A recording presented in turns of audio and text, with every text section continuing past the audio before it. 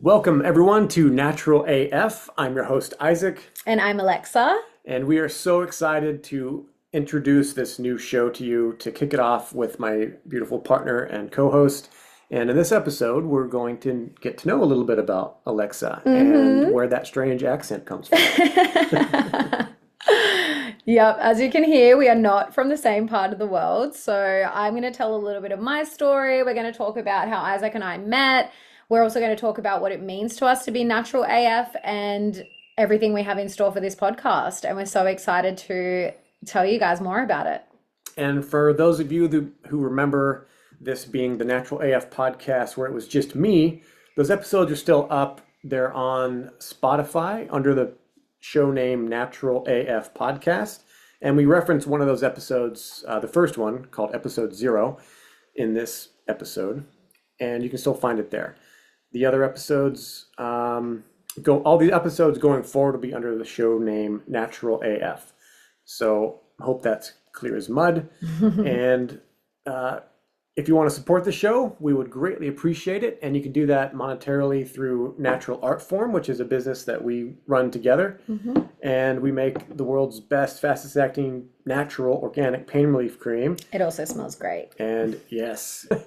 And the other way you can help us out is by going and sharing this show with your family, friends, anyone that you think would be interested. We've got so many amazing guests coming up, a lot of great conversations.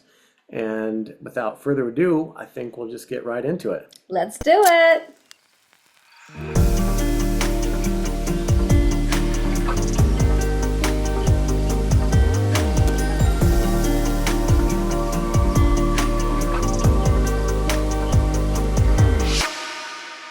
Alexa is a woman of many talents.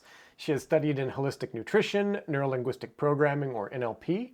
She is a PSYCH-K Facilitator, a student of human design, and she's also now co-owner of Natural Artform, where her talents are greatly improving the systems and operation of the business. She's helping us fulfill our mission of providing uncommonly potent and pure alternatives for common products such as deodorant, sunburn relief, and our flagship product, ALLEVIATE, which is our fast-acting topical pain relief. Her pure heart and fun sense of humor, unique gifts in pattern recognition, and cutting through the bullshit make her a positive force of nature and an uplifting presence on the Natural AF podcast. So welcome, Alexa. Thank you. What an introduction. Thank you. I love that. I hope the reading of that felt natural. I don't usually read notes on this, but I wanted to get it right because... Oh, you should totally do voiceovers, like of intros or like, movie voiceovers. You could totally pull that off. I love it. That was great. Yeah. Well, for those of you with halfway decent hearing, you can tell that she's not from where I'm from. So how about you tell us a little bit about your journey, your background, where you grew up, and what led you to where you are or where we are today? Yeah, sure. Okay, so let's rewind back to the beginning, I guess. So I was born and raised in Sydney. I was there for most of my life up until the last 3 years. I did move around a lot, so I lived in a few different places across Sydney. And I guess... I've got a pretty rich cultural background. So my mum's Middle Eastern background and my dad's Serbian background, so Eastern European. Yeah, it's a very, very unusual mix. I had a really, like I said, a rich cultural upbringing, I would say. My family, my mum. It's where we get up, it's where I get my sass from. I call her a Middle Eastern Latina. Yeah, so I guess early on I was pretty aware of the problem with the medical industry and pharmaceutical products. So I was vaccine injured as a child. Nothing super severe, but I did have reactions to vaccines, which definitely impacted my health. And then my mum stopped vaccinating me around the age of 4. Which is when she decided they wanted to have another baby. And hold on, just pause 1 second. Just to clarify, sorry to interrupt. Vaccine injured, does that mean you're autistic or is that, because I've been listening to Owen Benjamin a lot, and that's always the joke. Vaccine damage equals autism, but yeah. Well, no, I'm definitely not on the spectrum, but we do kind of joke. Like I have little like OCD things, and like where we're like, is she just on the spectrum? No, I wouldn't say I've never displayed any of those tendencies, like that were really obvious. Yeah. So no, not like that, but I just had pretty severe reactions. So the most prominent that I can share is that, so after, I don't know which vaccine it was, but after one of my shots, I had really like encephalitis is one of the reactions, and that's swelling on the brain. So shortly after that shot, my mum couldn't breastfeed me anymore because every time she laid me down, I would scream this high-pitched scream, and the high-pitched scream is an indicator of this particular reaction. Yeah. So she went to the doctors, of course, and just full disclosure, I'm the eldest child, so I'm kind of like, I was like the dummy, the test dummy. The guinea pig. Yeah, so, and I don't hold anything against my parents at all. They did the best that they could with the knowledge that they had at the time. So my mom went to the doctor and she said, like, I can't, like, she won't feed. I can't feed her. And they were like, oh, she's just, she just wants to come off the breast. She doesn't want it anymore. And I was only a few months old. And my mom was devastated, and, I was put on formula. And then, years later when she started doing the research, she found that that's a very common side effect of that particular vaccine. It might have been the MMR, but don't quote me on that because I'm not actually sure. So, then, my parents decided that they wanted to have another baby. So they started my mum did the research, and my brother has never had a vaccine in his life. He is so healthy. Like our health growing up was like night and day. I was the one that suffered, from all the recurring ear infections, and like even as a teenager when I would get sick, like just a cold or flu, I'd always end up with like a chest infection or a sinus infection or a throat infection. Like my health was just, my brother, still to this day, my brother gets sick and it's like a day or two, a few days, and he's fine. So from pretty early on, we were very much into natural health, using natural remedies. We've used homeopathy for most of my life, pretty much all of my brother's life. We dabbled in, like naturopathy and some other modalities, but homeopathy for us, we still use it to this day and absolutely love it. So I was very aware of that from a young age, but as I know now, there's layers to everything.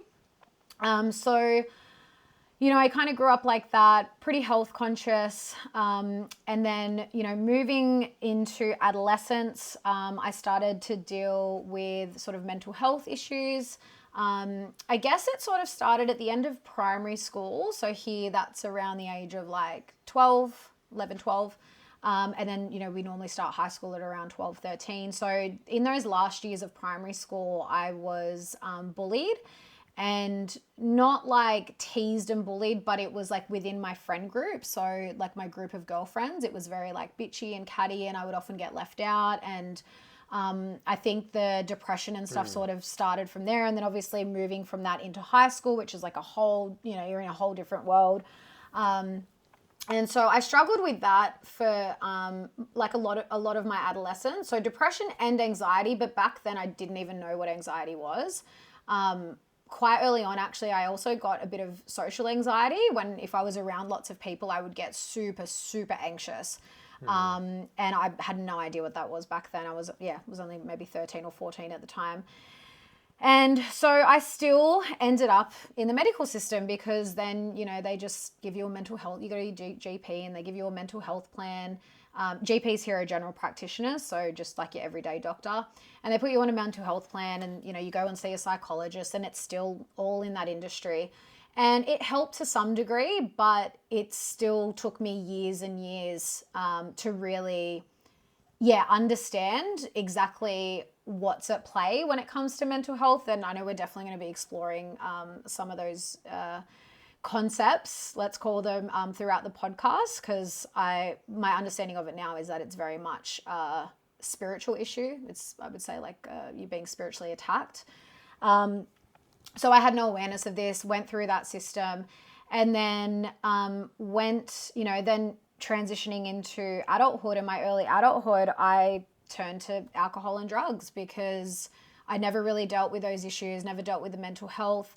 And I think it started at first, like when I was 18, here 18 is the legal age. It was like fun at first. I would go out with my cousins and, my friends and, we'd drink and have a good time. But then over the years, as I got into my early 20s and probably up until the age of like 24, 25, it just got to a point where it wasn't fun anymore, and I was like often drinking alone. I worked as a bartender for almost a decade during that time, and that didn't help because I was literally surrounded by alcoholics and gamblers, and like pubs are not nice places to be, not nice places to Can work. I interject a question just there? Because just knowing you and how you are, like you're very, very smart, very intelligent. And I've heard other people that are very intelligent that had a lot of alcohol in their past. They would drink to basically bring them down to other people's levels so that they would just feel less anxious and just kind of smooth out the interactions. Was that kind of going on there too? Yeah, 100%. I look back now and I think I mean, society intentionally tries to dumb you down. Quote unquote they. So that was definitely at play. But I look back now and I definitely tried to lower myself to the norm, like basically to mediocrity, you know what I mean? Like just to fit in. Because I always stood out. Like my whole my mum and I really relate on that level. Like we've never fit in. And it hasn't been until more recent years that now we own that and we love it. We're like, yeah, we don't want to fit in. Like we don't want to be part of the crowd. Because now that we know what that's all about, we're just like, that's so awesome. Yeah, and that's why we're like, no wonder we never fit in our whole lives, But when you're, I lived in Sydney. I was very much, especially in the last decade. So in the last 10 years before I moved up to the Northern Rivers, I was actually in the inner west of Sydney. Very woke, like I was in it. So, you just kind of, trying to just get along to go along. Go along to get along? Go along to get along. Yeah, I'm so smart. Right. I'm just starting to speak Aboriginal there. Go along to get along. Yeah, but no, I definitely did. And the alcohol too was very much, and because the drugs were more like party drugs, so that was kind of weekend, but so like acid or no, God, no. meth? No, definitely not. No, it was like MDMA, cocaine. I think I tried speed like once, but they were like the main ones, and just lots of alcohol. That's such a foreign world to me. I'm just like, yeah.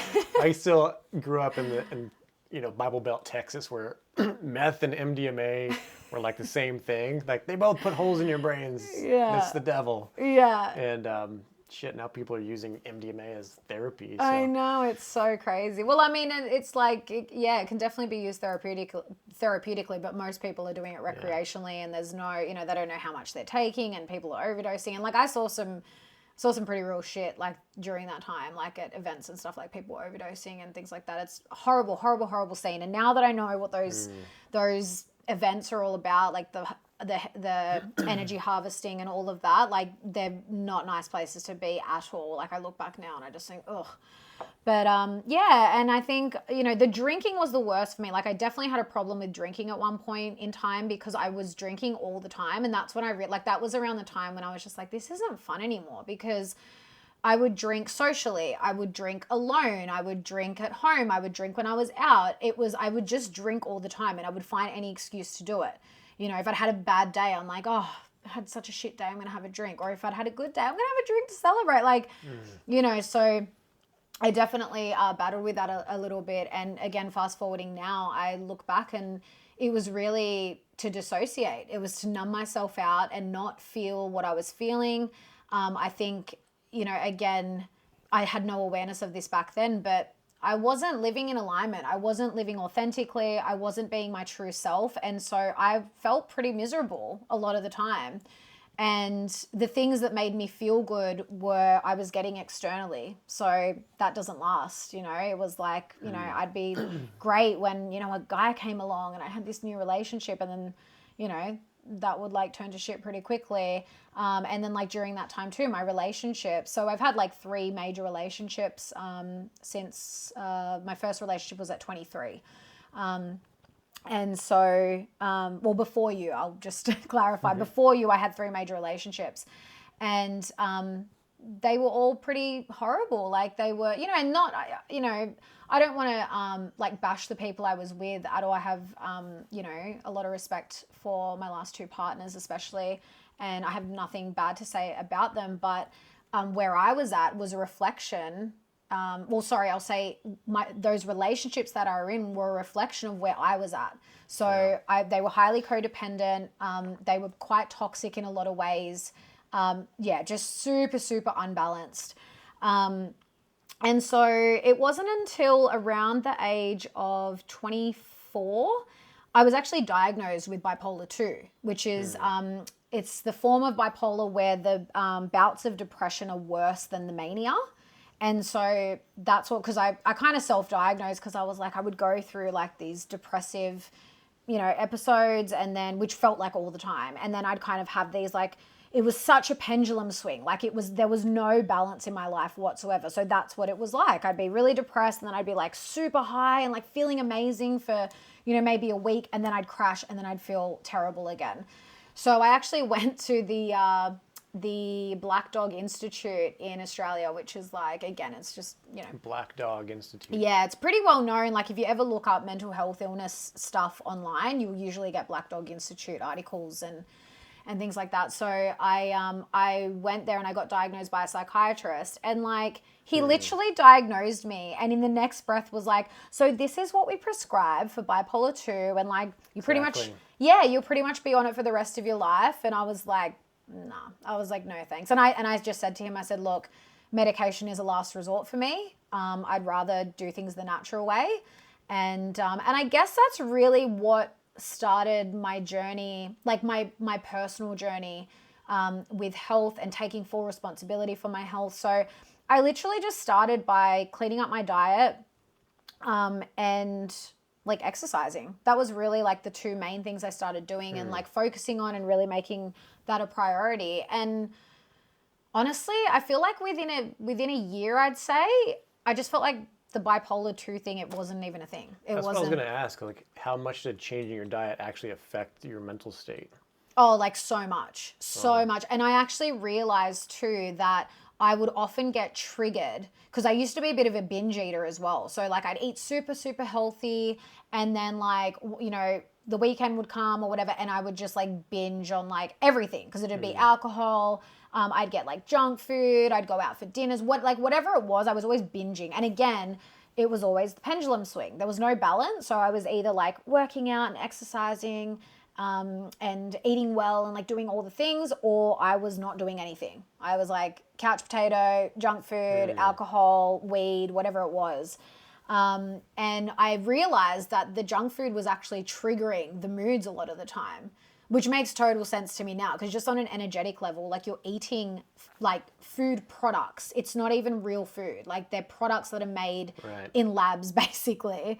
And they contribute to, I don't think that all bipolar is just a mental chemical imbalance, but the sugars and the processed stuff would contribute to a chemical imbalance if it was that. Yeah, absolutely. And that's, back then that's what I was told. Like it's a chemical imbalance in your brain and all this stuff. And like, what I know now, the chemical imbalance thing with mental illness that's not the case at all whatsoever. Yeah. And we'll do some episodes with people that can really 100% dig deep into that. Yeah, it's so interesting. Yeah. Because I was just listening to a podcast recently that talked about how most of those chemicals that they say, it's a chemical imbalance in your brain, they're actually made by your gut bacteria in your gut, which again makes a lot of sense, because when you're eating lots of junk food and drinking alcohol, that's literally destroying your gut microbiome.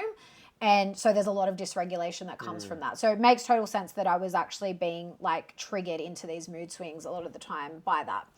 And just the nature of the food that you're eating too, it's energy is resonating and creating sort of a field in your gut biome. So if you're eating like where you are now, just to jump ahead, it's like so natural, organic, local, blessed. Yeah. Even the water has like good energy going through it. Yeah. So that's going to create a totally different field than where you were back then. Oh, 100%. Yeah, it's like night and day now. And your mom tried. Like your mom's really been the I don't know, the center mass of the whole family ship. Yeah, You know, totally. trying. Did you get into the health stuff that she was into and the AVN, and you can get to that in the line you want to, or in the sequence you want to go to. Yeah, just to rewind a little. So when my mum started researching vaccines and like we went super healthy, like the first 5 years of my brother's life, our whole family was vegetarian, and for one of those years we went full vegan.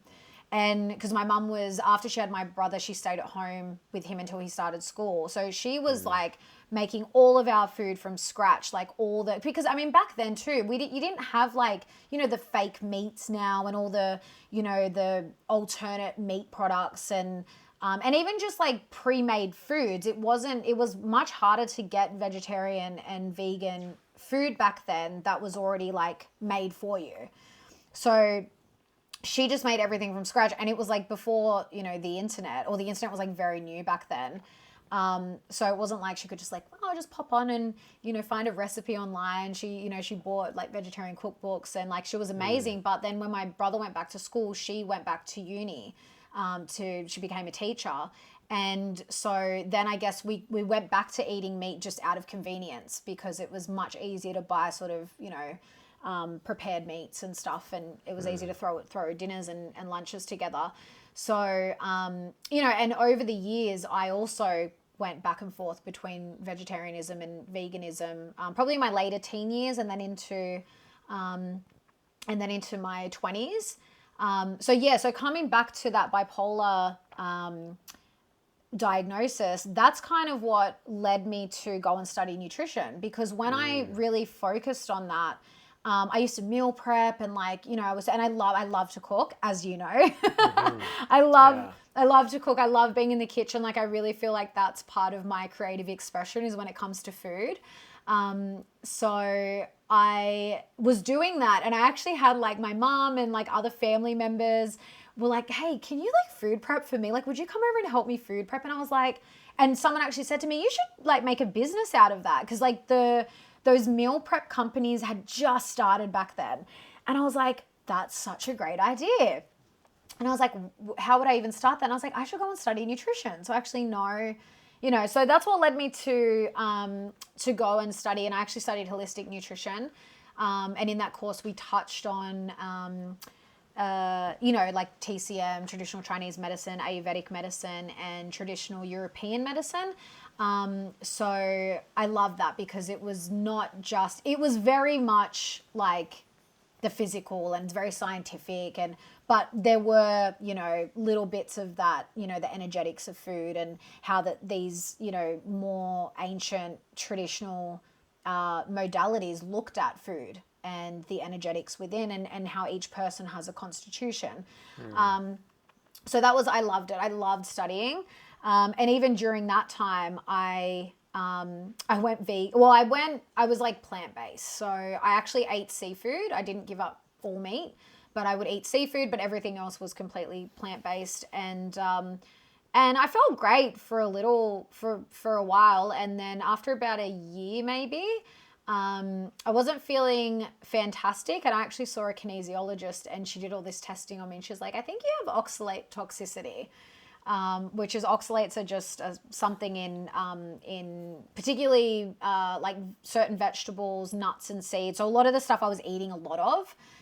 And again, you know, the oxalate toxicity thing can be arguable, but it essentially it was out of balance. So for people that don't know what a kinesiologist is, muscle testing. So I had, she muscle tested me. What's that? So muscle testing, I actually use muscle testing in PSYCH-K. It's a little bit, the way I use it in PSYCH-K is very different to applied kinesiology. But it's basically where you can ask your body questions, and through the muscle testing, you can get strong and weak responses that basically give you yes/no responses. So in her case, that was more applied kinesiology. So she would kind of, I can't even tell you what she did. It's funny because she's just really quick and she's doing all these things and then she's like, so you've got this. And I'm like, oh, okay. So one of our lights has just gone out. So I've come more into balance now, even more so with my diet. But I ended up leaving. I didn't finish my bachelor's degree in the nutrition course. I graduated with an advanced diploma. And then since then, I actually left because I was working full time. And fast forward to now, I moved up to the Northern Rivers. About a year ago, I met Dave Armstrong and Tom Barnett through the LFM and, became really good friends with them. And obviously just being part of that platform and all of the, the amazing knowledge, and the people that they get on and all that has to offer, I really started delving into more self-directed learning. And what I've learned now about health and nutrition compared to what I learned in those 3 years at uni, completely trumps everything I learned back then. And I guess it really flipped it on its head because, we were taught during that course, even though it's a holistic nutrition course, we were taught that allopathic medicine is the ultimate, I remember them actually teaching us, they give you a definition of allopathic medicine and what it means and why it's so great and that basically you're under this model. And, one of the subjects you have to do is pharmacology because you have to know the interactions with certain nutrients. And for the naturopaths, because they do the same training as we do, but they do an extra year of naturopathy, they have to learn the interactions with herbal supplements. And one of the lectures in that subject was on vaccination and how great it was. So there were things that didn't sit right with me. For the most part, I had a great experience. I had some really amazing lecturers and I learned so much great stuff. But now I look back and I'm just like, yeah, because it's another manipulated institution to push certain agendas. And, they say it's holistic nutrition, but it's the holistic side of it is such a small part of it. And now what I know about quote unquote holistic nutrition is so much more than what you're taught at uni or, at college in my case. So yeah, fast forward to now, I just kind of went on this journey of just studying different things, I guess, that interested me, listening to different people talk about different aspects of health. I really started to understand more about the energetics involved in health. And I really got into self-development because, so I think I did my NLP course first. So I had done a workshop, a weekend workshop years ago, that his whole take, it was a self-development thing, but his whole take is sort of through hypnotherapy and he'd done NLP training. And so, that came into my awareness and I was like, yeah, I think I actually want to study that. Because at the time I wanted to apply it to my nutrition work. And so I did that course, absolutely loved it, because I guess it just teaches you how to use NLP techniques in coaching or working with people. And so you have to do all of the practices and the exercises yourself. So it was awesome. Got a lot out of that. And I definitely, at that point in my life, I had moved up to the Northern Rivers by then, finally got out of Sydney. And I guess moving here, I just came more into alignment with myself. I started learning all these different things. And that kind of one thing just kept leading me to the next thing, And I just kept going deeper into, I guess, the inner work. So it kind of started with the self-development, which sometimes can be kind of mainstream. But then that really led me into doing more, inner work and now what I know as shadow work. And yeah, that led me to PSYCH-K, which is the modality I work with now, which is all about rewriting subconscious beliefs. And yeah, my understanding of that now is how important our belief systems are to our health, because it all starts in the mind, right? Your mental state affects your emotional state, affects your physical body. So I think I spent a long time focusing on the physical and trying to fix things at a physical level. And it only got me so far. When I started doing the really deep healing work on an emotional, mental, and spiritual level, now where I'm at, like, and I'm still learning, you know, this is a process that I believe everyone's going to be going through for pretty much our whole lives. But where I'm at now, I'm so much more balanced. I'm so much more content in who I am and the gifts I have to offer. You know, I manifested the most perfect man for me, and we'll get into how we met. But yeah, everything just came into alignment more and more the more I delved into these other aspects of health. So good. I was just laughing to myself because it's the similar process or similar chain of realizations that I went through. Because I remember when I first learned about NLP, I was self-discovering it as part of my quest to become selected for the Special Forces. It's actually the first time I heard about Tony Robbins, neuro-linguistic programming. I got a book about it that I didn't even read, but I just remembered one tip from him, and it actually made a big difference, which is how you speak to the subconscious.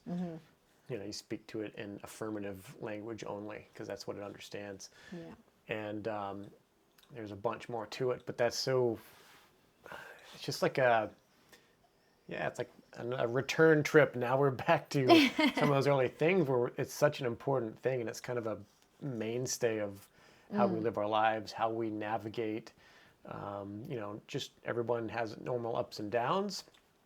We've just kind of identified through a bit of a trial by fire what the best ways are, or what the best ways we know now to navigate those ups and downs. And I think like getting to know yourself, like that was such a big part of my journey because, you know, obviously when COVID hit and the world went a bit crazy, like a lot of people woke up to, you know, the trickery and all the lies we've been told and all of this stuff. But a lot of people, and I think we saw this a lot, like especially, you know, 2021, 2022, people just stayed there.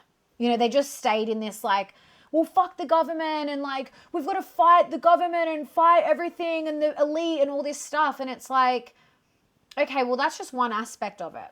You know, I think that, you know, and the people, like a lot of the friends that we've made and how we connected, we've met a lot of people that was just the catalyst. And I definitely feel that for me was like, that was like the catalyst to actually go, whoa. I mean, because I think for everyone, I know for me in 2021, I was like, whoa. I just started seeing the whole world through like a completely different lens. It was so crazy. And, you know, that quote unquote waking up process is just that. It's a process. It's not like you wake up and you're like, oh, I'm awake now. I'm like totally enlightened and I understand everything. It's like, no, because to have been fooled by the lies, I mean, I think that's the hardest thing for some people to admit is that they've been tricked, they've been lied to, and they accepted these lies and they've built their whole lives on them. And that you've taken part in the lie. Yeah. So, and then that's really where you have to look at yourself and like look at these shadow parts of yourself that allowed you to be tricked and lied to. And like, there's so many layers of conditioning. And I think that's what really resonated for me with PSYCH-K when I started learning all this stuff about, you know, the way that we're conditioned, you know, societally and through our families and through religion and through all these different aspects. That the power of knowing your subconscious and knowing who you are and knowing your body, because another aspect of shadow work is that the body is the shadow. So the body carries all of our trapped emotions. It carries all of our stored trauma. It carries everything. It carries so much memory of our, you know, our lineage even. So really learning to connect to that. And it is a process. Like you've really got to go through, I think, lots of different experiences and come into different schools of thought and schools of knowledge around that stuff, because there is no one way to get to it, and every individual is different. And I guess that's what I wanted to ask you, like if you wanted to share a little bit about your sort of healing journey, or whatever you want to call it, like up until the point that we met. And then we can talk about how we met. But like what led you to kind of get to where you are today, especially like coming out of the military and I guess the conditioning around that and, you know, your experience with relationships and your family and upbringing and all of that. Yeah, well, I think there's there's one thing that I want to like focus on, which is it relates back to the natural AF idea, which is getting down to your essence of who you are without all the artificial, the projections, the mask that we put on, and even in the past, like the ideas that I thought were like really mine that I came to realize were also part of my programming and conditioning, you know, and I know it now, like it's very obvious. I wanted to be, as a little kid, I wanted to be in the military. I used to play with GI Joes. I used to watch, you know, Rambo with my brothers and my dad, and that guided me and sort of, you know, I played that out in my life, and it wasn't a game, but I thought it was real, but it was really just kind of make believe made real, made manifest. And I think there's so many men that go through that and will never admit that, that have a similar thing. But I remember hearing all these different guys just sitting around after we'd done a hard day of training in the Army, talking about this movie and that movie. Everyone's always talking about movies. Everyone's always talking about, oh, this one, I saw this, and that made me move to California. I remember one guy talked about Point Break. And two guys were just jamming out on the idea of moving to California because of the movie Point Break. Yeah. And I'm reflecting, I'm like, I joined the military because I wanted to learn Russian from watching Rambo when he fights the Russians in Afghanistan. And this idea of, you know, just, what was it, Riddick? The idea of like being capable of killing people but doing it for good, you know? Well, it's interesting that you bring that up, because like I'm sure so many people can relate to that, where they've like had an idea or again like manifested things in their life that were based on like what they've seen in a movie or something they've heard in a song. And like, as we know now, that's the stuff that conditions us. So you know, they can think like, oh yeah, it was my idea, but it's almost like the seed was planted from something external that wasn't actually coming from you. Yeah. And it's not necessarily good or bad. It's definitely an intention put in by other people with their own agenda, be it the quote unquote military industrial complex, which is very close, very neck and neck with Hollywood and the CIA and how they use it to program, if you've heard of things like Operation Mockingbird and all these things. And I've been researching stuff like that. Some of it before I joined the military when I was in my early 20s, and a lot of it later. But we're at the point now where we're kind of undoing that conditioning, and we're piece by piece, as things come up, we realize and release, and then peer inside, look at who we really are, and look at who we really want to become going forward. And we're both on this beautiful journey of kind of coming out of the woods and then realizing that we can have a profound impact on the world around us, on the direction our lives take, and figuring out how we're going to express who we truly are. And that includes connecting to, you know, higher parts of ourselves, finding ways to access that, and being a part of a community that does that. Like our family down here, both Alexa's like physical family plus the soul family that we've got around us. Yeah. It's so amazing to see. Yeah. A lot of us on this similar path. Yeah, absolutely. So do you want to share a little, because I mean, for anyone that doesn't know Isaac, you can go back and listen to, I think it's episode 0. It was the very first episode he did. It was just him. He talked a little bit about himself and shared some stuff. But do you want to talk a little more about sort of what led you, like after you left the military, sort of what led you to start to do some of the healing, like your own shadow work and that, because that's kind of led you to us meeting in a way. Yeah. Yeah, and that's such a, I mean, it could be a long story, but I'll make it sort of shortened. So a big part of my story is the wounding that wasn't super dramatic, but it was enough growing up, being the youngest of 3 brothers. I have an older sister as well.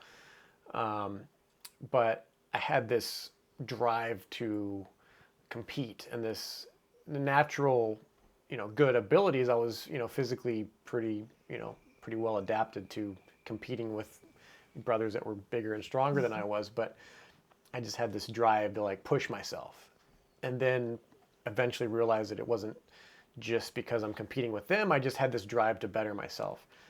But I had this strong relationship with my gut where I would just, follow this gut instinct and go, which is, we can talk about, not today, but we'll do some stuff on human design and I didn't why that even is. touch on that that was a big part of my journey too, like learning my human design, and not just human design, but there's Yeah, so that's a many, key thing. human design, astrology, both Western and Vedic or sidereal.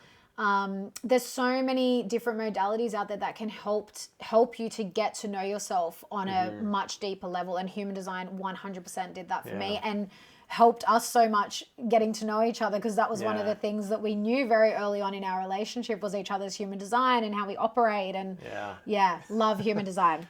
Yeah, it's a great tool. And what I can see now, I've since reframed, you talked a little bit about your past relationships, and I had my own, adventures and all that. What I see now is that that gut response led me in a lot of these relationships that were painful and ended, sometimes dramatically. But it was what I see now with more grace and hindsight was they were leading me towards the path of healing. For whatever reason, I'm the kind of man that has to go and bump his head, a few times before he remembers to duck. And, He's a 3-5 sacral manifesting generator, guys. So for anyone that knows human design, you know exactly what that you means. can pretty much tell me my whole story now. Yeah. So I would decide, this feels right. I'm just going to go and do it. This feels right. I'm just going to go and do it. And go until it doesn't feel right. But I had, there was abandonment. There was, I was cheated on early on that wounded me, that led to pushing the softer, sensitive side of me into my subconscious. And then I went into the army and wanted to kill people, wanted to fight, wanted to jump out of planes. So really expressing this unconscious death urge that isn't always bad, because it wasn't like I wanted to die consciously, but it was just like I wanted to go right to the edge and stare death in the face. I wanted to face my shadow this whole time and didn't know how. I was facing it bit by bit in the army, but I didn't know that's what I was doing. I didn't know that's what I was being trained to do, which is to face your fears, integrate the monster, so to speak. A lot of guys in the special operations world, special forces, Green Berets, all that, talk a little bit about that. There was a key aspect of that movie, Riddick, where he talks about becoming the monster, and sometimes the monster is what you need to fight the bigger monster. So there is a part of that shadow integration, but people don't understand that that's what it is. So anyways, bumped my head, found another relationship. That ended my career in the military because my partner back then kept getting involved in legal issues. And the military, the special operations community does not like when you're married to somebody who keeps getting arrested. So, and, similar thing. She had bipolar. There was a lot more going on than that. Back then I used to think, especially after having that experience with somebody who's bipolar, a lot of guys in the military, a lot of people commonly, especially men, they tend to just judge the idea of bipolar and just being like, that's just a judgment on who that person is. They're bipolar. They're crazy as shit. They'll never get over it. They're someone you want to avoid, which isn't necessarily true. I had some military friends that told me later that they were bipolar younger, and they changed it by changing their diet and exercising. So it's interesting that was what came up for you. But anyways, so from that relationship, earlier on, I won't go through all of them, but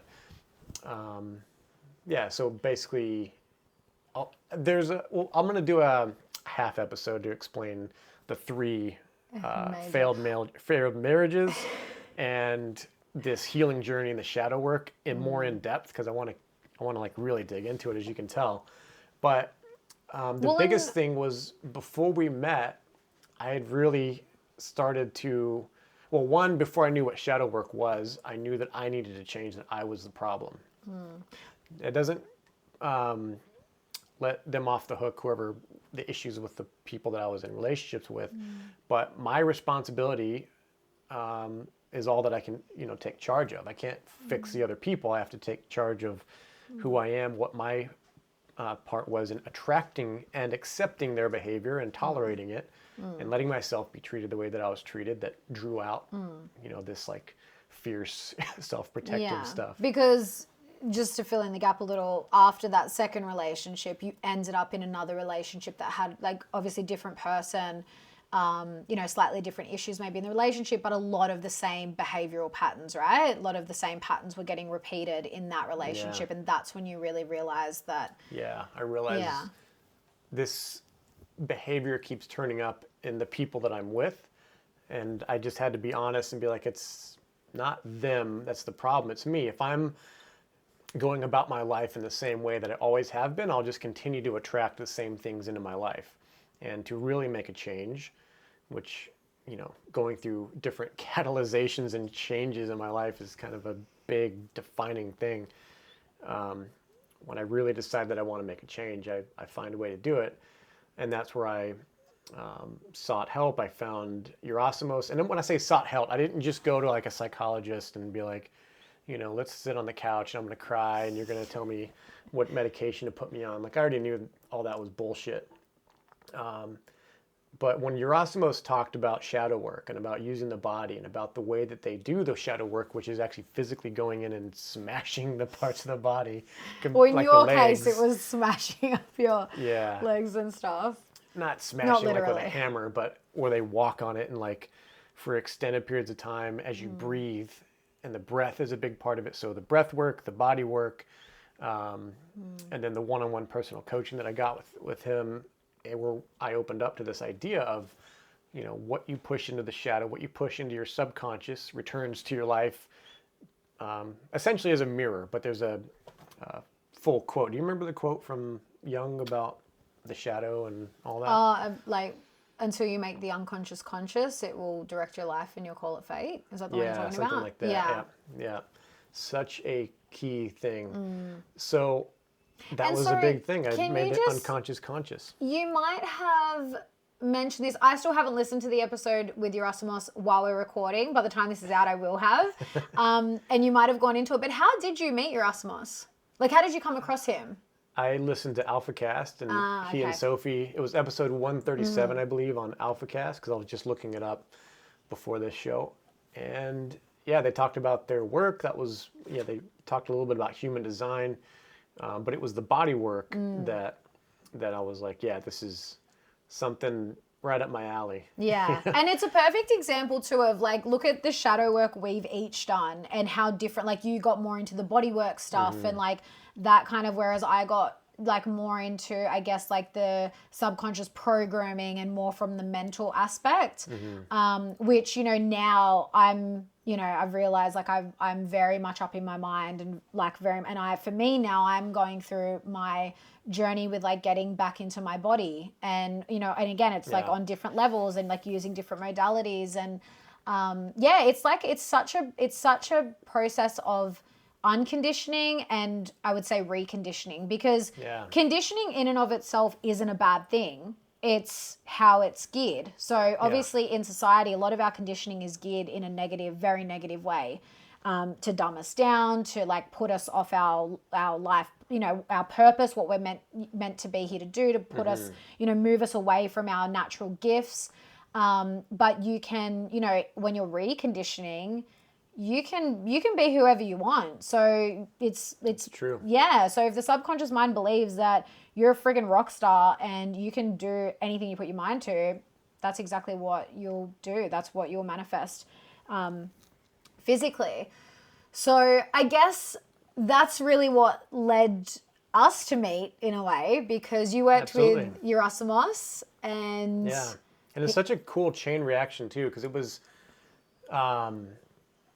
before all this happened, I was sort of in hiding in a way, where I had another failed relationship and I ended up leaving that. It was in Israel and I left Israel. Don't worry, I'm not affiliated with anything military-wise going on in that region. This was more just me following one of two heads. And but I came home and I basically swore off of women. This is no joke. Like for 7 years, I didn't say I'm going to do this for 7 years. I just was like, I'm not dating. I'm going to figure out my shit, figure out my finances. I ended up not really figuring out my shit, but I figured out But this some was of my way finances. before you met me. This was This like is way between before. your second and This is third like 14 relationship. years ago. Yeah. Was it 14? It was ages ago. It's like 10 years ago. Yeah. A little over 10. But that hiding process, in that hiding is when I had a lot of time to, because my job in the oil field, I went to the oil field anyways. I had lots of time to research stuff, and that's where I found Owen Benjamin. Here's this guy screaming, not screaming, but he's yelling. He's wearing a raincoat. It's raining. He's got a fire. He's drinking White Claws. Oh, so this is when you got to witness like the spiral or the years of spiraling. I came on board with Owen way after that. Yeah, Owen still thought dinosaurs existed at this point. And I'm over there researching, because I know human anatomy, and I was researching Nephilim and giants and found Rob Skiba, and we'll talk about some of that stuff maybe in the future. But so Owen, being who he is, he's an interesting guy, very truth-oriented, talks to all kinds of people. I don't know who introduced him to AlphaCast. Maybe just one of the listeners or one of the people close to Owen mentioned it. So he went on AlphaCast, I think. Yeah. And I heard about it. I went over and listened, and it was Dr. Berlando and Mike Winter. And I was like, oh, these guys are pretty interesting. They've got lots of cool stuff. So I started listening to their show because I had all this time. I could listen to 3 hours of Owen and then go and listen to, another 2 hours of, Mike and Berlando. And then Yerasimos popped on. So I started listening to Here for the Truth. But I messaged Yerasimos on Instagram after listening to him on AlphaCast.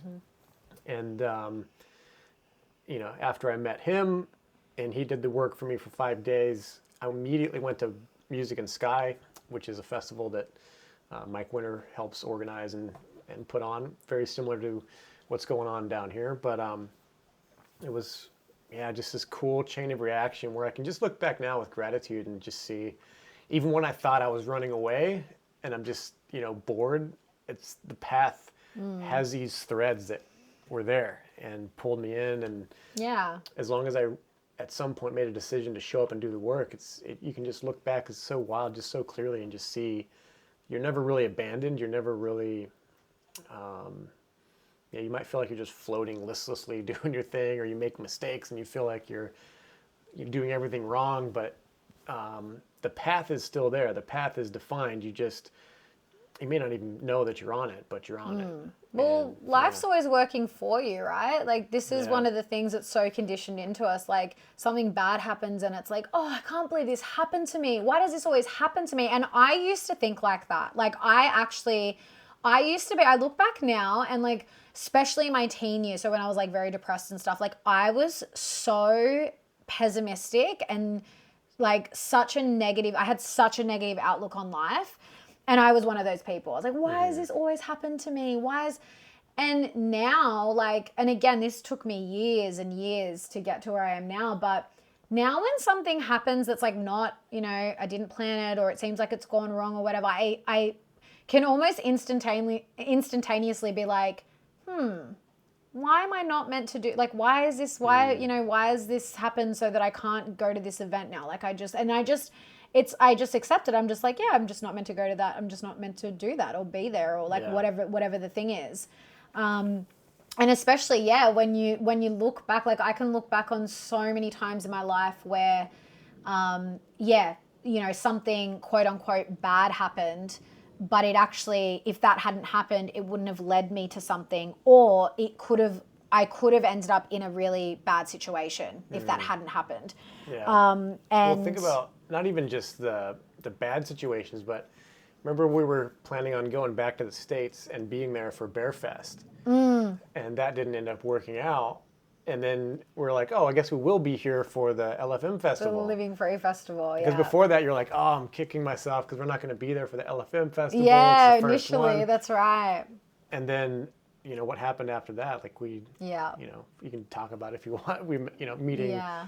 Mike Winter again and Alex Zach. Let's back up a bit. Yeah, we did meet them and they're awesome. Love them. Hope that we get them on so many sooner rather than later. And yeah. like weird, like parallel things. Yeah. Yeah. But just rewinding a bit, how we ended up meeting was, so you met Yerasimos, you did this work with him. That's how you got onto the podcast.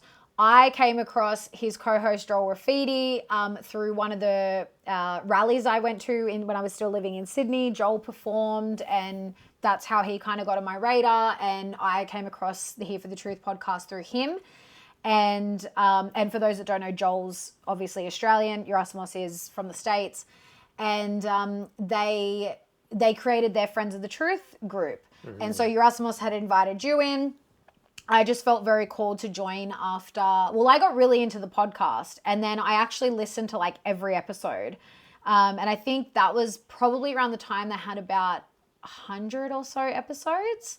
So I listened to every episode and I was like, I have to join this community. Yeah, like, it's a good show. Yeah. Yeah. Oh, I still listen. I love, it's same. such a great podcast. And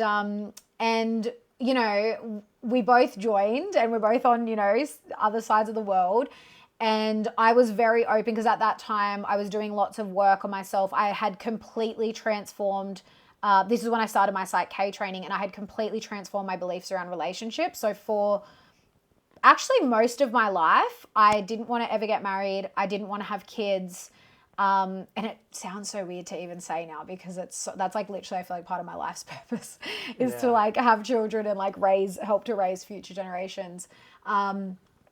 But I was so, at that point, like so open. I was like ready to meet someone, and like in the introduce yourself section of the group thing, the group chat, I was like, yep, I'm ready to meet someone. And, I can't wait to have babies and all this stuff. And I actually forgot this, but Isaac reminded me like probably like almost a year later. And I was like, I totally forgot that I said that. But I'd actually written like a little PS message underneath, and I was like, P.S. I love me an American accent. So if you know any single Americans, and then something about a beard. Yes, well, because I do. Yeah, that was like a requirement. Absolutely required. Yeah, that's an absolute requirement for me. And anyway, and there Isaac was, but at the time, he was still, your last relationship had ended, but you still weren't divorced yet, but you were separated. And when we first started talking, it was really just as friends. And the first... There's so much that's happened in this past year. There was some jail time. There was it really cemented the trust in our relationship. We could do a whole episode just on the first year of our relationship.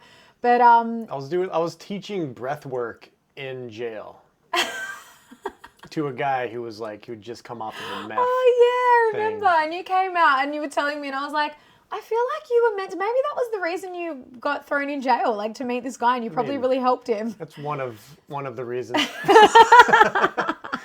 But it all ended up fine. Charges dropped. I'm good. But it's like definitely a wake up call, but also.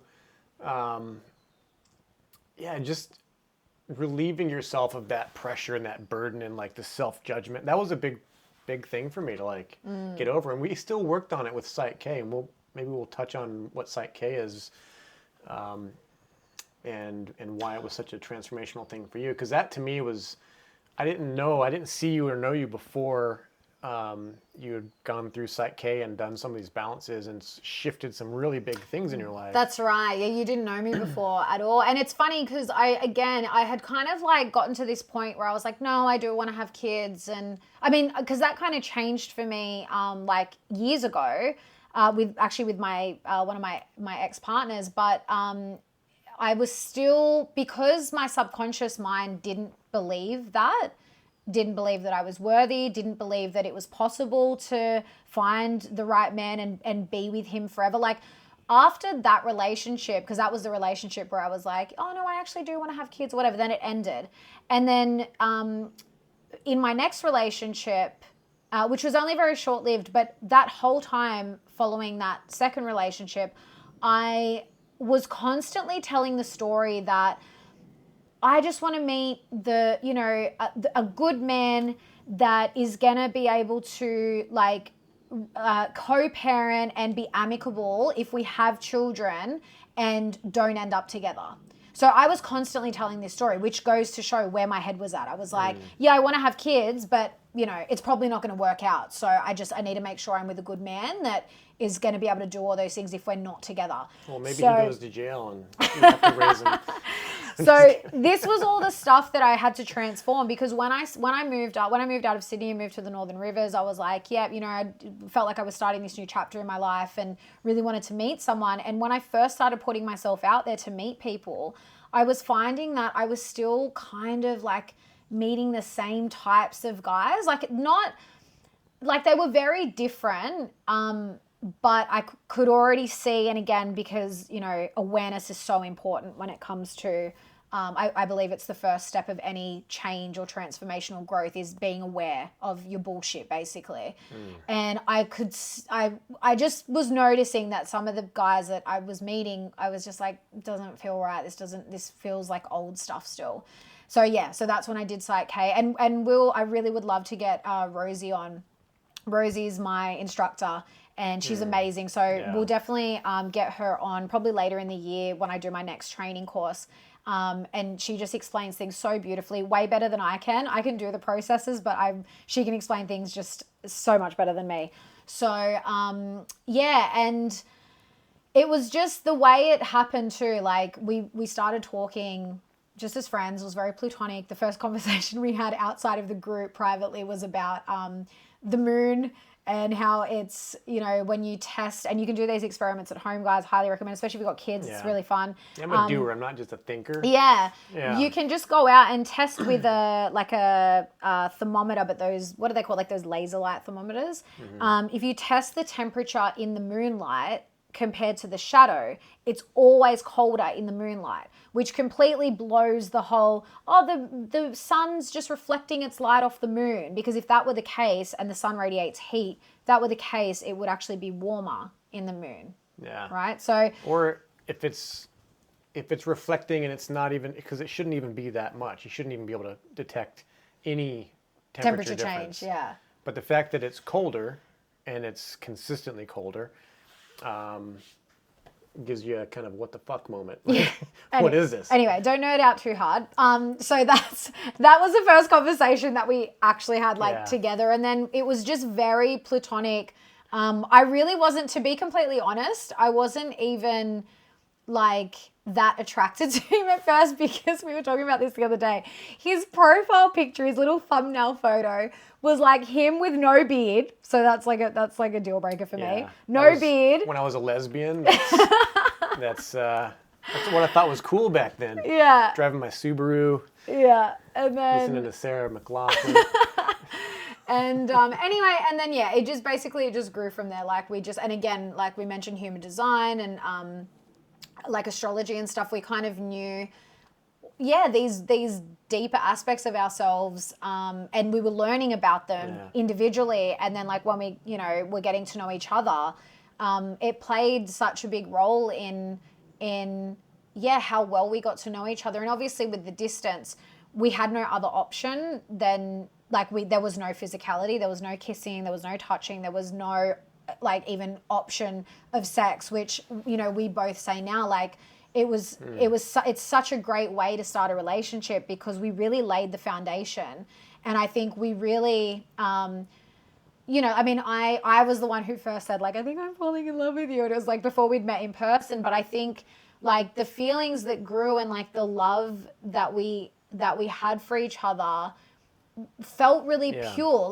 For me anyway, when I look back on my previous relationships and how they all started, it was I slept with them pretty early on. I kind of fell into all the relationships. It wasn't very conscious. It wasn't I really want to meet someone. It was just I met this person and we kind of click, and it's it's cool, and I just kind of ended up in the relationship. It was very conscious with you. It was very it just felt very pure. And then when we finally met in person, when you came out to Australia so this was August of last year, it just felt like it just felt like our relationship just solidified. Like we were here in person, in front of each other. Like it took us like half a day to even like get the first kiss in, because I had actually said to him, I was like, don't like just run up to me and like kiss me the first time you meet me at the airport. Hollywood movie where slow-mo running to each other. Yeah, I was literally like in the line at the airport, with 1,000 other cars. I think I was wearing this exact shirt. Oh my God, you were too, with your black pants and your Vans. I remember the outfit. Yeah. Yeah. I'm not wearing any pants right now. I'm just kidding.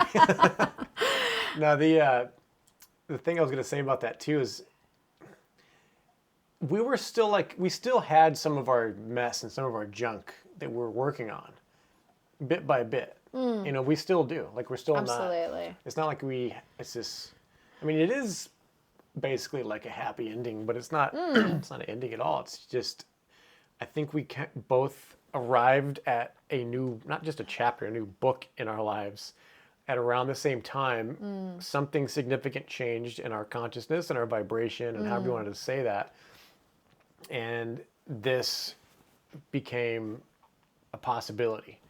Whereas before it was like, I mean, it was still a possibility, but it was like, I wasn't looking for a relationship. I had just gone through, this kind of, wake up harrowing process. And it still baffles me, but I'm just like, this directed path, oh, the wind's picking up. It's like a blend of free will and choosing to step into our destinies. And then also kind of feeling like being fired out of a cannon across the ocean. So that's how your life feels for you. I do not relate to that at all. Yeah, but. Alexa's literally, she's very like, sit here, manifest, bring it in. And I'm over here just like, launching into an adventure. But yeah. But that was such like the relationship didn't follow any of the same patterns we had in the past. It doesn't feel like in the past, you can definitely see where I was it's like self-sabotaging and destructive, but trying to find happiness. And this was more about stepping into my power and stepping into destiny. And I think that was also like, because we talk about this a lot, and I'm sure we'll do future episodes where we'll talk about this like way more in depth. But we both saw the importance of doing our inner work as individuals and then starting the relationship knowing that this is going to be a lifelong journey of healing and like working through your shit. And such a good distinction. Yeah, and not projecting, because and what I also find interesting is that like when we got to know each other through doing this work ourselves, we actually both had really similar relationship patterns. Like both of us were very like in these codependent patterns in our relationships. They were quite toxic in a lot of ways. I think there was a lot of projection that obviously we saw later on from us and the people that we were with. So it was really good to, like, we had lots of conversations where we could recognize that in our previous relationships and were very conscious about not wanting to repeat those patterns and actually doing the work to heal those things within us. And then like now that we're together and, we live together, like it was a big transition. Like you moved from the other side of the world and, I live in this a little cabin in the woods basically. And, it was just enough space for me. So it was a big transition for me, like having someone else in my space and in like quite a small space. So we had our challenges. I had some health challenges during that time, which we're going to do a whole episode on this, but I had breast implants for almost 8 years. I ended up getting really, really unwell. And that was after Isaac had moved in with me. And that really affected our relationship on a lot of levels. And I moved here for the breast implants. Now they're not even there. I'm just kidding. So there were lots of challenges, and that's what we say by like, it's not like, oh, happily ever after we met each other and everything's perfect now and like we're going to, everything's going to be sunshine and roses 24/7, because we've had lots of challenges and we have arguments and like we're just like every other couple. However, the way that we deal with them now compared to how we used to, very, very different.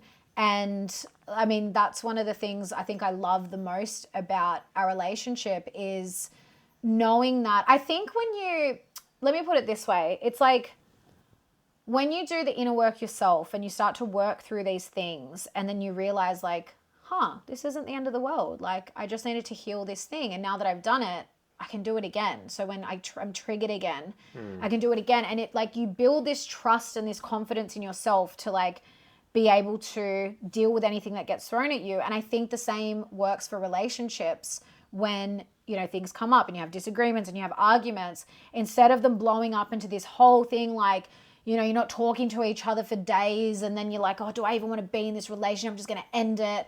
And because that's how I used to think in my previous relationships, like a lot, where I was like, I'm just going to leave. Yeah, it's just not like that. It's like we can have our little spat and then go away and have our time alone to be like, where the fuck did that come from? What's going on? And then come together and actually sit and communicate effectively and just say how you're feeling, what came up for you, how I'm feeling, what came up for me, and both be able to own why we were triggered, but then also be able to say, but you know, when you did this, it made me feel like this. So, you know, can you just maybe not talk to me in that way? Or like whatever it is, that's just an example. But like, you know, we've also still got to be respectful of others. Yeah, but it's just going into the deeper regions of those things, because there's still elements of the shadow that are integrating. It's like just listening back to that episode I did with Eurasimos and what we talked about then, I'm still integrating. You know, we have this joke where I'm just like sitting on the couch and Alexa's talking and, you know, saying something. I'm just like, shh, I'm integrating. Just having these moments. But it's a powerful process. And Alexa's such a good example. I was thinking in my head, that term empowered woman has taken on this whole shape in today's society that I find really annoying and fake.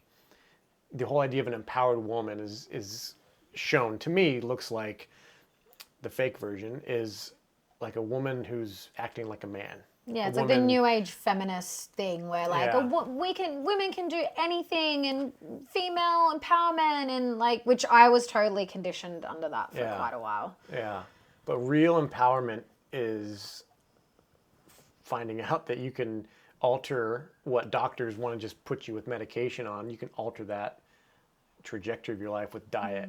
You can find peace. You can find I don't know, just a beautiful relationship through actual manifestation, not, you know, pop Oprah manifestation. Like how the things actually work. Like you're so good at knowing what you want, which is pretty rare in women. I'm just saying, it's true. But you know what you want, and if you don't know how to get it, you just have this persistence and you figure out how to get to that. Whether it's a relationship, whether it's the health that you want, you know, whether it's using PSYCH-K to help, you know, people around you, to help your relationship with your own family, with me, with whoever. And not putting all these expectations on other people and sitting and being like, you know, what about me? You need to do this. For me, it's more of, and also not just being the endless servant where because a lot of women I think get trapped into that or trap themselves into it where they're giving too much without taking time for themselves. Which I used to do. Yeah. And it's funny, like you're saying all these things, and thank you, it's such a compliment. But the reason I am the way I am now, and again, I just want to preface this and say I'm far from perfect. But the reason I'm like that now is because I wasn't for so long. You know, I was so like that. I gave too much of myself. I blamed other people for the way that I felt. You know, I externalized everything and I felt miserable. Like I wasn't happy, and like I felt like a victim to my, you know, quote unquote traumas and whatever. So that's what, you know, I was going to say, like, you know, for me, it's just like, why am I going to be, you know, constantly triggered by this thing that happened to me when I was a kid and feel like shit about it when I can just heal it? you know, and that's put very simply. It's not like you just like snap your fingers, I'm healed now. Like, and you know, there's different modalities and there's different ways to go about it, but it's possible. And just knowing that it's possible, then like I said before, it's like a muscle that you strengthen. The more you do it, the better you get at it, the less triggered you get by the same, you know, by certain things. And, you know, it's just a process. And, you know, one of the things I've also come to realize is that, you know, when I first came into doing this work, I was kind of like, oh, I've just got to heal everything. I'm just going to go through my whole life and just heal all my traumas one by one. And it's like, it doesn't really work like that. Like I had to learn that the best way I believe that shadow work should be done is to just deal with things as they come up. Like life will let you know when you're ready to deal with something. You know, things will come up. Like, you know, and I know that for me with, just certain, like traumas or whatever you want. I know that word gets thrown around a bit, but like there were things that happened, you know, in my childhood and throughout my life that, for most of my life, I wouldn't, there's no way I could have dealt with them. There's no way I could have healed from them. But as I started to come more into myself and started to do this work, they would just come up naturally when I would be ready to heal them. Like I've literally had memories that I had a vague memory of, but I couldn't remember. And then I've had memories come back spontaneously where I'm like, oh, wow, that happened. Okay, I think I'm ready to heal it now. So your body, and that's the thing, it's like trusting your body, trusting your mind, trusting yourself, trusting God or source or the creator, whatever you want to call it, and trusting life that it will never give you anything that you can't handle. And I think that goes for doing this kind of work. Yeah. Yeah, and that, you know, maybe we can tie this into Natural AF and why that's part of this. Perfect. Why us sharing our relationship story even matters on a podcast called Natural AF. Like, what does Natural AF mean to you? Yeah, well, great segue, babe. Well, that's all. When we decided we wanted to, I mean, we had always talked about doing, you know, potentially doing a podcast, but like working together in this capacity. And we've got to thank the Living Free Festival, because it was really off the back of that we were just like, we need to do this now. We were just feeling so inspired and so energized by it. And we, you know, we started to have a really clear vision of like where we wanted to go with it and what we wanted to do with it. And that's what we kind of sat down and were like, what does it mean to be natural AF? Obviously that's a play on words. For anyone that doesn't know, just we might get some older people that maybe don't know because this is all, you know, social media terminology, but AF is just short for as fuck. So like natural as fuck. And that's a play on words because that's what we shorten natural art form to, is NAF. And like, to me, being natural AF, first and foremost, is like being your authentic self. But there are so many layers to that, you know. I think when people first hear that, they might sort of be like, yeah, I'm being authentic. I say how I feel and I do what I want. You know, I say what I think and I'm living authentically, but it's like, really, like, who are you? Like, and that's what I think is, you know, this peeling back of the layers of the onion and, you know, peeling back the layers of conditioning. It's really all getting us back to who we really are. And who we are as spiritual beings, who we are as physical beings in this realm. And, you know, that really encompasses, as we've both learnt a lot over the last few years, is it encompasses so many different aspects, you know, of being. So, you know, the main four that I think will always relate, you know, things back to are, you know, what's also known as the four bodies. So that you've got the physical body, the emotional body, the mental body, and the spiritual body. And they actually, I've kind of just listed them in reverse, but they actually work from the top down. It goes like, spiritual is kind of like, you can heal things spiritually that can heal you mentally, emotionally, and physically. And, you know, then it goes down to the mental level. And I think I mentioned it earlier, your state of mind affects your emotional state, which then affects your physical body. Because I also mentioned before too, is that you know, when we're not expressing our emotions, especially when it comes to trauma, it's unresolved, it's not been processed through the body, it's been trapped, that's when you get chronic illness, nervous system issues. That's one of the things that I can't wait. We're definitely going to have lots of people on to talk about this. Is healing the nervous system and how important that is. I said I used to suffer from anxiety. My nervous system was an absolute wreck for most of my life, especially my adulthood. So I guess like the Natural AF podcast is we're really going to explore so many different topics that pertain to all these different aspects of who we really are. What does it mean to be natural AF? So we'll cover, again, we've talked about relationships, and I think that's such a big one because that's how we literally can't survive without human connection. That's naturally how we're meant to be. And, and I guess, a lot of these topics we'll explore, I guess, kind of are bringing us back into alignment, all these different modalities, all these different schools of thought, to bring us more in line with our natural state of being and who we really are, who we naturally are, how we're meant to live, because we have been so conditioned out of that for, generations now where we're at this point in time. Yeah. So we're going to be covering so many topics and I'm so excited. But what does it mean for you to be natural AF? What is it to you? I literally can't say it any better than what you just said. There's health components to it. When I first started Natural Artform and Natural AF, it was off the back of the Music and Sky Festival. And what I experienced out there, post Euronymous walking on me and doing his, meridian stuff and breath work and all this. I was exposed to so many different amazing health modality doesn't even seem to cut it and at a personal level, like getting involved and doing the things and experiencing it.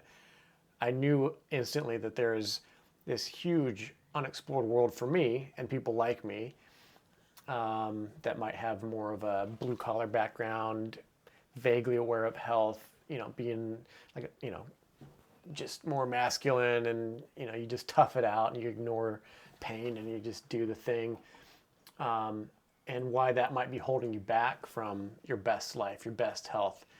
But I got exposed to things like extended breath work, with Eric Cassano, Euronymous and the stuff I already discussed with him. And definitely go and check out episode 137 on AlphaCast, and then the episode previous to this where Euronymous and I talk about more into the shadow work and some of these things. But we also, there were spiritual topics at Music and Sky. There's so many different things, but the center of it all was just people living their best, most authentic lives, being as healthy as you can be, learning and being empowered truly to solve any problem that comes our way, both personal, and familial, and then even bigger on a societal level. How to go about things like schooling and child rearing and, how to handle death, how to have a relationship with that. So that pushed me into this arena to step in and add my voice to help promote other people's expertise and their depths of knowledge, like Eileen McCusick and tuning forks and, being able to not just correct things physically in the body with a tuning fork, physically on the body, but out in your energy body, out in the biofield, and then even with just your voice, which I have experiences with and stuff. So I love getting in and doing things myself and experiencing it, but I like hearing from the experts and the people, the real experts, the people that have their own amazing stories and these unique just genius that they bring to whatever the field is. So that's why I started the podcast. And to me, Natural AF, I'm still discovering it. I know that's the direction I want to go in. I don't know how it's going to turn out when I get there, but I'm here for the journey and for the adventure. I don't want to spoil it, babe, but I don't think there is a destination.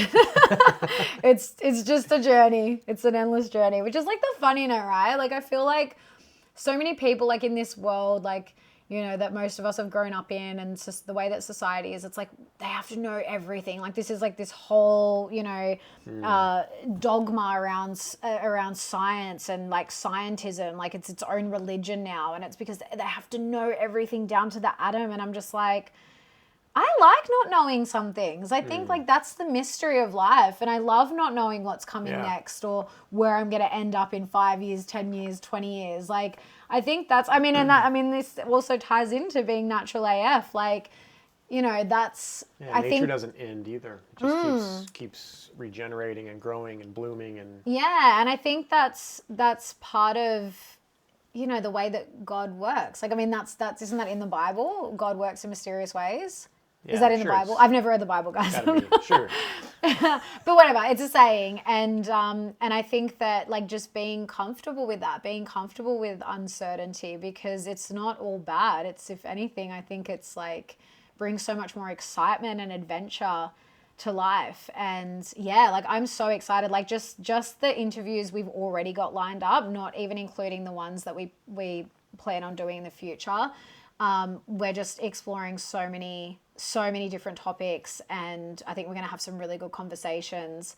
And yeah, exploring all these different things from physical health and like the benefits of growing your food and like good quality water and like all of these things, you know, to the more spiritual aspects of health and, you know, the psyche and, you know, mental, like the mental aspect and, you know, and then the emotions, which, you know, relate again to the body so much. So we can't wait. I can't wait to get these next lot of interviews done and posted. Yeah, it's going to be so absolutely. good. Well, I think that's a great place to end this episode. I want to thank everyone for tuning back in and joining us on this journey. Thanks so much for listening, guys. We hope you enjoyed this episode. We had so much fun recording it. And if you did enjoy it, we'd absolutely love for you to share this episode, like and follow us wherever you're listening to this or watching this.